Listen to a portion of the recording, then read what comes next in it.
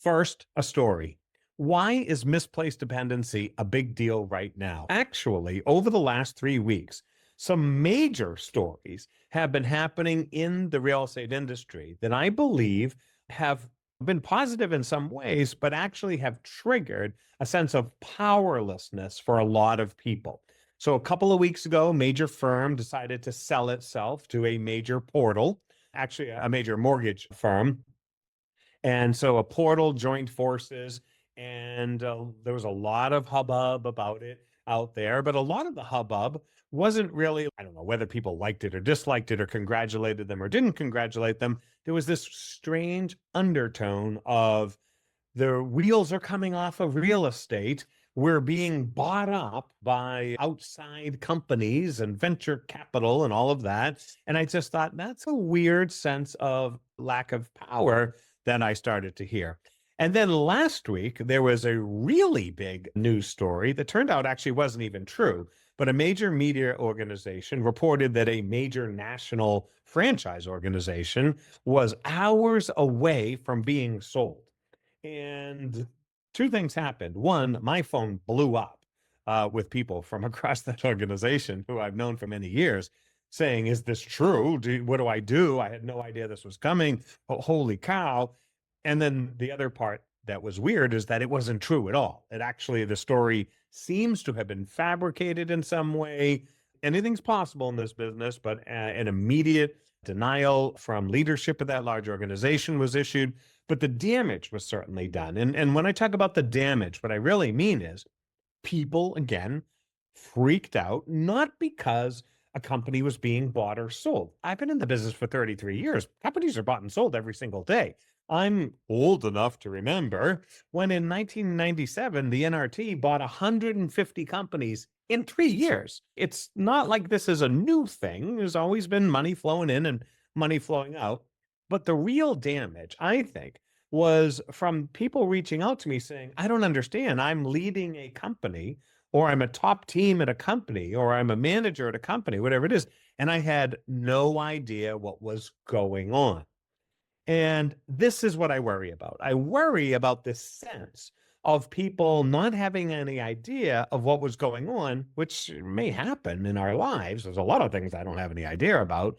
But more importantly, the idea that this makes people feel powerless and that stuff is going to happen to their destiny that they can't deal with. Now, listen, you guys, you don't need me to tell you, stuff's going to happen to your destiny, right? I've had cancer twice and a heart attack 2 years ago. Stuff's going to happen, okay? But I'm not talking about that. I'm talking about this sense that there are other forces out there somehow manipulating your success and your ability to create good outcomes. This is actually called misplaced dependency. It's a sense of dependency on something else. Misplaced dependency is a sense that outside of us is where control is. Luck, fate, the markets, customers, interest rates. Whenever you hear that as a leader, I want you to be really on the lookout. Those are definite triggers on the radar screen that someone is handing their sense of control off to something. And usually these are things that aren't even human. Luck is not a human thing. Interest rates are not, even though they're manipulated, maybe by the government, they're not even human in that sense. It's saying, maybe it'll rain and our crops will be good this year, or our crops are going to be bad this year because someone on Mount Olympus doesn't like us. Like, it's a really old sense of powerlessness. And what it actually risks in ourselves and in others, it risks a sense of learned helplessness, is the belief that doesn't matter what I do because my actions will have little impact on my outcomes. Now, you see this in very simple ways when you try to teach people essential sales skills and they try it once or twice and it doesn't work, right? They become disillusioned very quickly. But you know how to snap them out of it, right? You know that it's just a numbers game. And if the first two said no, the next two might say no, but overall out of 10, one will say yes, and it adds up over time. This is how we help people ultimately break through disillusionment, but helplessness is more pervasive. It actually comes from a sense that no matter what I do, something else could pull the rug out from under me. In this case, like in last week's case, that we could just be sold. I could be doing everything right. I'm running my company right. I'm recruiting my agents. We're making money. We're doing deals. Customers love us. We're good people. Oh, all of a sudden, something happened. And now I don't own my franchise name. I don't own my company name. I didn't know that we were at some sort of risk like this. And if not us, maybe our MLS gets sold. Maybe our board of realtors has a policy that upends everything, right? We're always worried about this. And rightfully, there's some precedent for it, right? A lawsuit comes out of the blue and jostles all of our experience. Long story short, the impact of this is first a sense of mental health problem, anxiety, depression, low self-esteem, even just fighting, but fighting the wrong things. We fight amongst ourselves. And then secondly, a constant need of validation, approval of others because of a sense of lack of confidence. And I don't mean necessarily, although it's true, it could happen to us as leaders, but you'll see this amongst your people.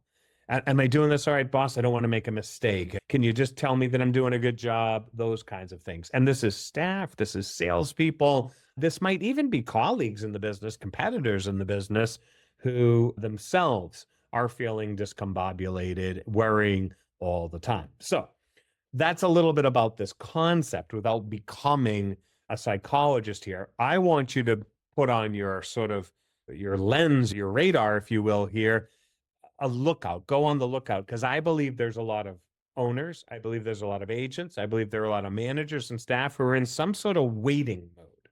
And the waiting mode is someone else is going to do something for the market to turn around. Something else has to happen before we can make money again. Interest rates, whatever they tariffs, I don't know what. But basically, there's this sense of waiting for the other shoe to drop. And may I just say that I don't think that this is actually just happening in the past few months. I actually think people have been waiting for another shoe to drop for a long time. If you would ask me, 2020.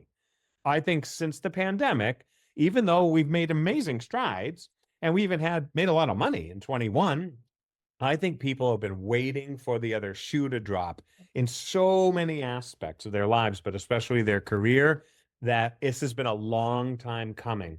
And this misplaced dependency has now reached a kind of fevered level where we need to show up and apply some aspirin, if you will, bring down the temperature amongst our people. Now, I see some nodding heads.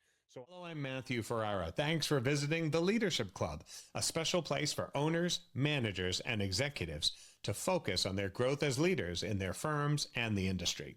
You can join TLC as a free subscriber, and you'll get the weekly newsletter and explore a whole bunch of open posts, recordings, and downloads in our free section. And if you like what we're doing here and you're ready for some TLC, then consider upgrading your account to access the masterminds, the coaching calls, and our ongoing training. So if you're ready to take your leadership to the next level, then the Leadership Club is the place for you to do it. Thanks for stopping by, and I look forward to welcoming you to the club.